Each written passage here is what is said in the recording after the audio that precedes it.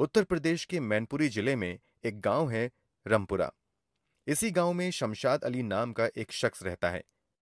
उनके परिवार में 3 बेटियां हैं, 2 नाबालिग और एक बालिग, निशा।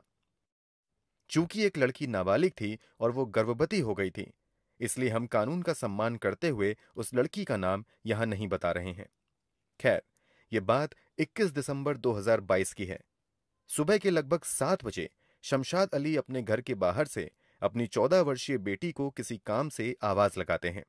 कई बार आवाज देने के बावजूद जब छोटी बेटी घर से निकलकर बाहर नहीं आती है और ना ही कोई जवाब देती है, तो शमशाद खुद ही उठकर घर के अंदर जाते हैं और बेटी को इधर उधर तलाशते हैं, मगर वो घर के अंदर कहीं भी दिखाई नहीं देती है। परिवार के दूसरे सदस्यों से शमशाद अपनी बेटी के बारे में पूछते हैं, मगर कोई भी कुछ नहीं बता पाता है। अब शमशाद थोड़ी देर इंतजार करने का फैसला करते हैं कि शायद बेटी कहीं बाहर गई होगी और थोड़ी देर में आ जाएगी, मगर काफी देर बीतने के बाद भी वो वापस नहीं आती है। अब मोहल्ले में लड़की की तलाश शुरू होती है, मगर कहीं भी लड़की का पता नहीं चलता है। यहां तक कि शाम हो जाती है, मगर वो लड़की लौटकर नहीं आती है। थक हार कर शमशाद अली अगले दिन पास के ही कुर्रा पुलिस स्टेशन में जाकर अपनी बेटी की गुमशुदगी का मामला दर्ज करवाते हैं। मामला दर्ज करने के बाद पुलिस वाले लड़की को ढूंढने का वादा करते हैं, मगर 8 दिन बीत जाने के बाद भी लड़की का कहीं भी अता पता नहीं चलता है। इधर शमशाद खुद भी अपने स्तर से बेटी की तलाश में लगे रहते हैं। इसी तलाश के दौरान गांव के कुछ लोगों से शमशाद को पता चलता है कि पिछले दिनों गांव में एक शादी थी। इस शादी में पंजाब के मुक्तसर से कुछ लड़के आए थे। गांव के लड़कों ने उनमें से एक लड़के को शमशाद की बेटी का पीछा करते देखा था।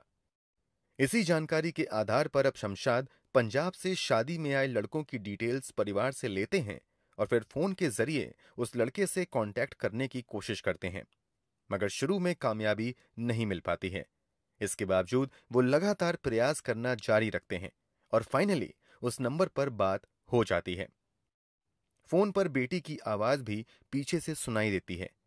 शमशाद की ये बातचीत 30 दिसंबर 2022 को हुई थी, यानी बेटी के गायब होने के 8 दिनों बाद।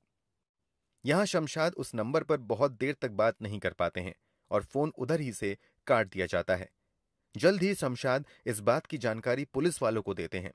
फिर पुलिस वाले उस मोबाइल नंबर की लोकेशन को ट्रेस करते हैं और इस लोकेशन की जानकारी शमशाद को देते हुए उसे पंजाब के मुक्तसर जाने को कहते हैं।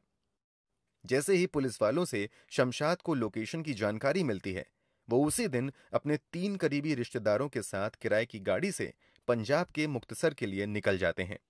उधर शमशाद पंजाब के लिए निकलते हैं, इधर उनके परिवार में कुछ ऐसा होता है जिसकी कल्पना इन्होंने कभी नहीं की थी।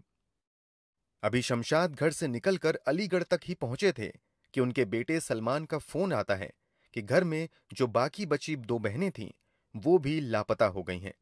इस बार गायब हुई बेटियों में 22 साल की निशा और एक 16 साल की मुस्कान थी।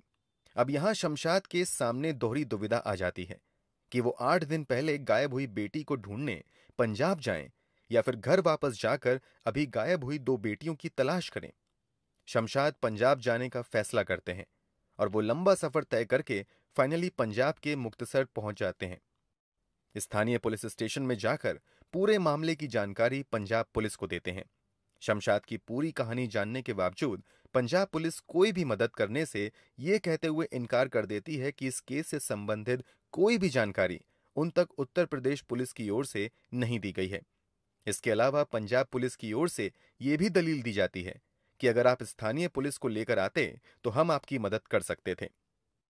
काफी मिन्नतों के बावजूद जब पंजाब पुलिस की ओर से शमशाद की कोई मदद नहीं की जाती है, तो वो हार कर पंजाब से वापस लौट आते हैं। घर वापस लौटकर ये सबसे पहले फिर से स्थानीय पुलिस स्टेशन में जाकर अपनी 2 और बेटियों निशा और मुस्कान की किडनैपिंग की रिपोर्ट दर्ज करवाते हैं। जब तक एक बेटी गायब हुई थी, प्रशासनिक स्तर पर मामला ठंडा ही रहता है, मगर जैसे ही 2 और बेटियां गायब होती हैं, प्रशासन अलर्ट हो जाता है।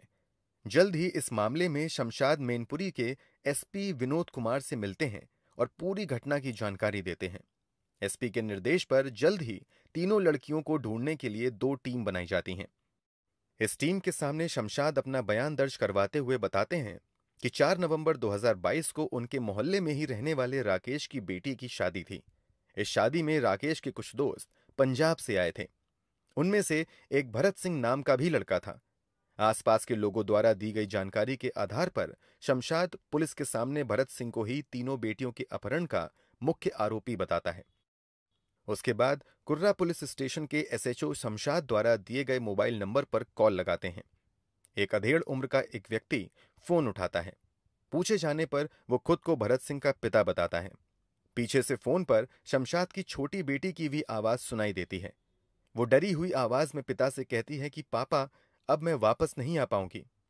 इसके बाद फोन कट जाता है। फोन भले ही कट गया था, मगर अब पुलिस वाले इस मोबाइल नंबर को ट्रेस करते हुए लोकेशन का पता लगा लेते हैं और फिर 10 जनवरी 2023 को शमशाद को अपने साथ लेकर इस लोकेशन के लिए निकल जाते हैं। जब पुलिस वाले पंजाब के मुक्तसर पहुंचते हैं तो उन्हें निराशा ही हाथ लगती है, क्योंकि जो लोकेशन पुलिस ने ट्रेस की थी वहां कोई नहीं था और उस घर पर भी ताला लटका हुआ था। अब पुलिस वाले वहां से वापस खाली हाथ आ जाते हैं और अंधेरे में तीर चलाते रहते हैं। इसी बीच लगभग 1.5 महीने का समय यूं ही निकल जाता है। इस बीच पुलिस वाले लगातार उस नंबर को ट्रेस करना जारी रखते हैं। इसी दौरान एक दिन पुलिस वालों को एक बार फिर से उस मोबाइल नंबर की लोकेशन पंजाब में मिलती है। इस बार पुलिस वाले बिना देर किए तत्काल ही पंजाब के लिए रवाना हो जाते हैं और ट्रेस की गई लोकेशन पर रेड मारते हैं।